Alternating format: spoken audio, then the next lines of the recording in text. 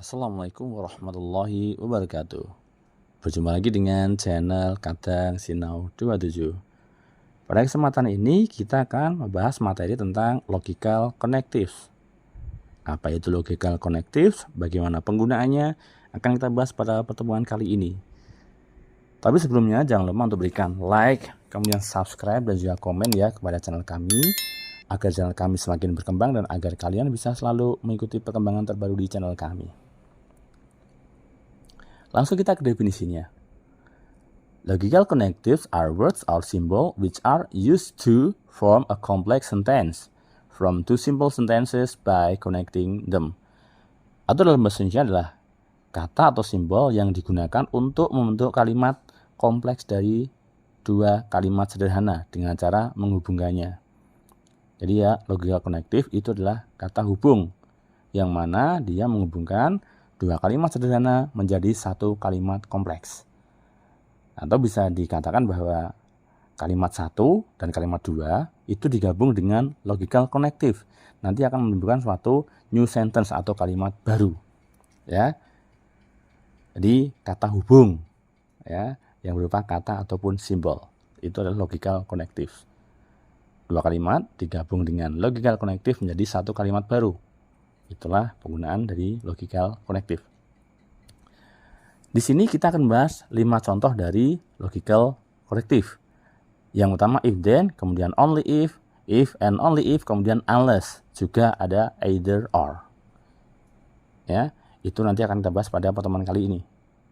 If then itu adalah represent implication, kemudian only if itu adalah use as part of implication, and then if and only if adalah a biconditional connective, often abbreviated as IFF. Jadi ya, if and only if itu disingkat dengan IFF. Unless dan either or nanti akan kita bahas pada pertemuan kali ini. 5 contoh itu yang akan kita bahas. Kita bahas dari yang pertama. Ya, kita bahas dari yang pertama dulu. Yang pertama adalah if then, yang dalam bahasa Indonesia artinya adalah jika titik maka titik. Itulah penggunaan dari if then. Ya, if then kalau dalam bahasa Indonesia adalah jika titik maka titik. Nah, itu. Apa ini? This represent implication. Ini dia adalah menunjukkan implication. If P, ini P ini adalah kalimat yang pertama ya. Then Q means that if P is true, then Q must be true as well. Jadi diberi kode. P itu kalimat pertama. Jika kalimat pertamanya positif, maka then Q-nya kalimat kedua adalah juga harus positif. Contohnya ya, contohnya ini adalah ini. If Lincoln wins the election, then Lincoln will be the president. Ini ya, jika Lincoln memenangkan pemilu, maka Lincoln akan menjadi presiden. Ini positif ya. Lincoln-nya ini wins the election itu positif, dan Lincoln will be presiden itu juga positif.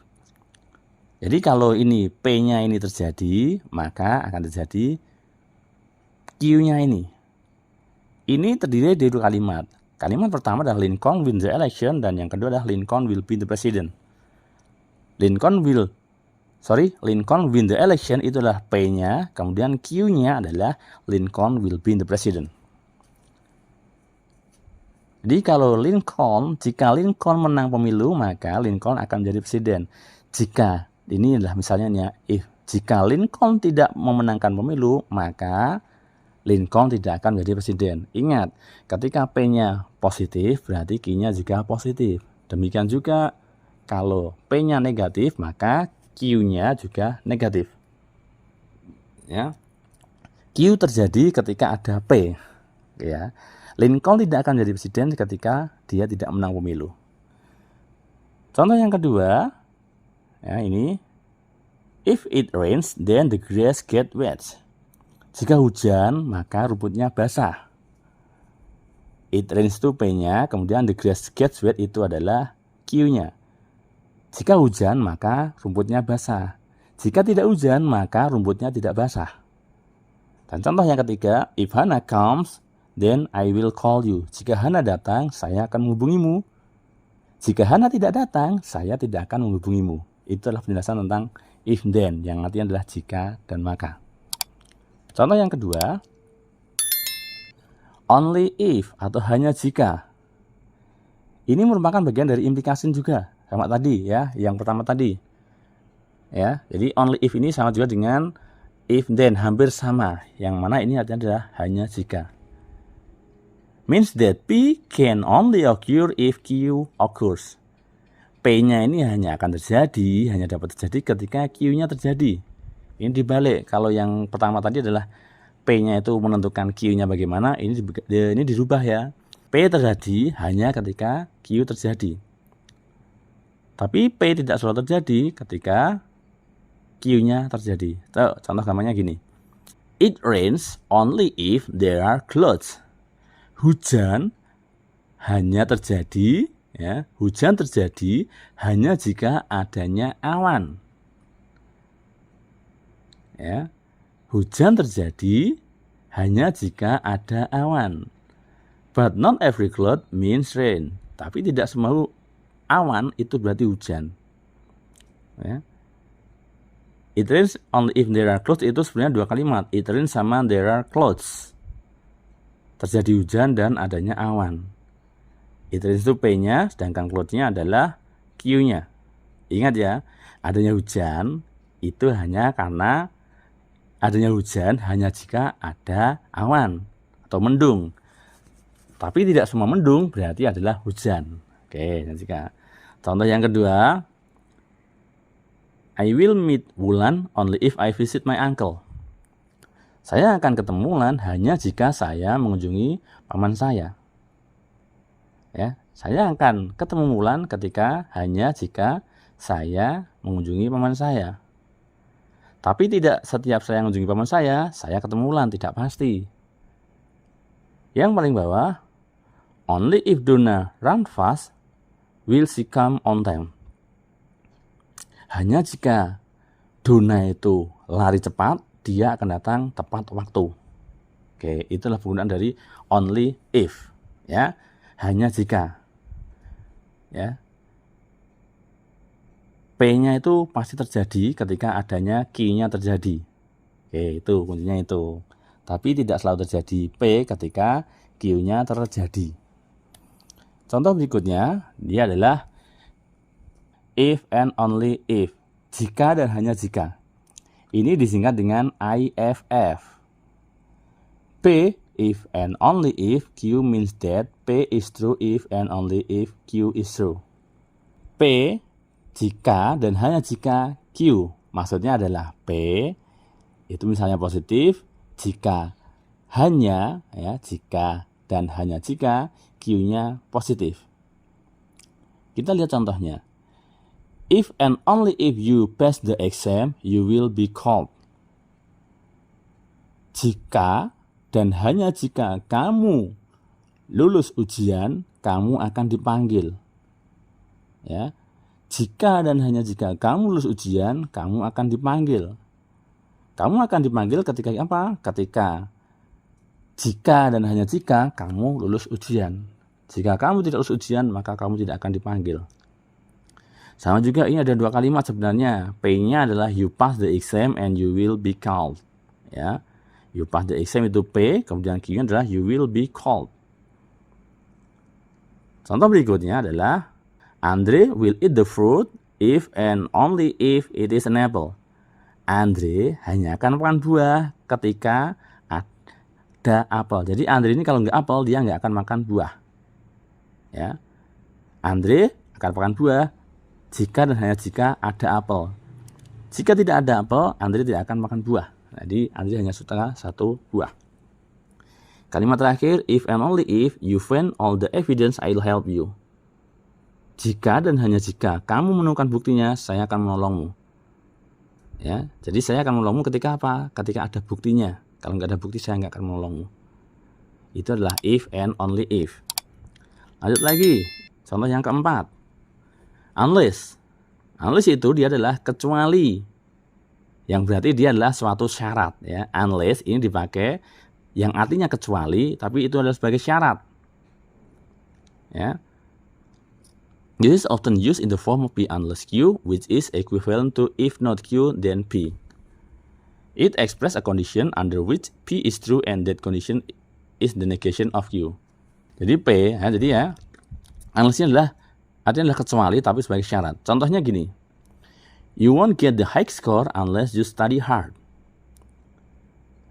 Ya, kamu tidak akan mendapat nilai tinggi kecuali you study hard.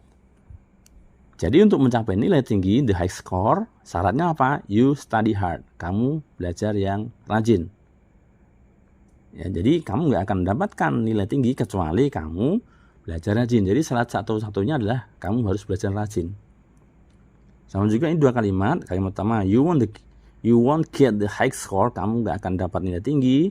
Yang kedua adalah you study hard. Syaratnya adalah you study hard. Ya, jadi unless itu kecuali tapi sebagai syarat. Contoh kedua, don't go outside unless your parents allowed you to.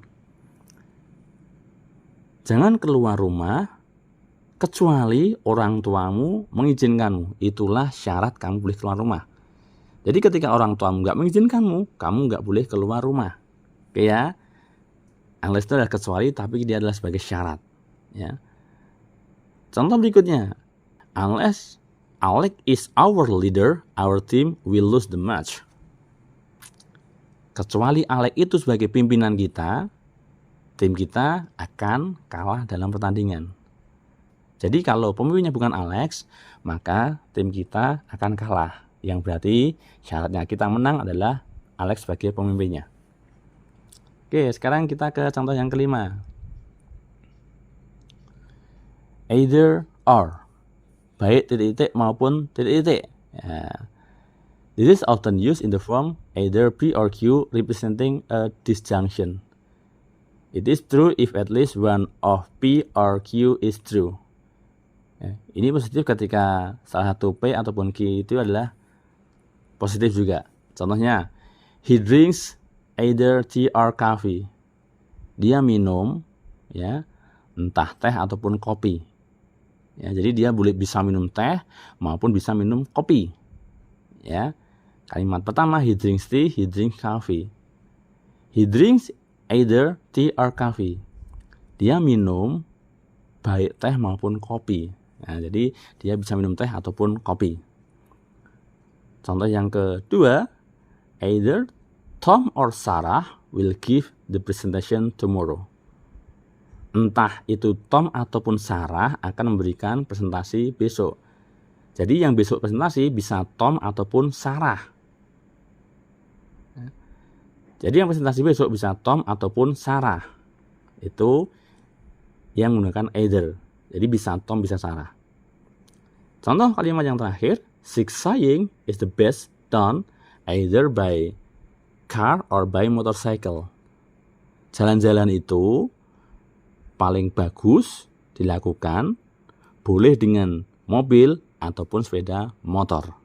Ya, jadi ini ya, either itu adalah kayak ada pilihan tapi boleh ini, boleh itu. Tidak harus ini ataupun tidak harus itu. Itu ya contoh-contoh penggunaan 5 macam penggunaan dari logical connective ya. Semoga bermanfaat ya. Mohon maaf kesalahan. Tetap rajin belajar dan berdoa, dan pasti yakin keinginan kalian akan tercapai. Sampai jumpa di lain waktu. Assalamualaikum warahmatullahi wabarakatuh.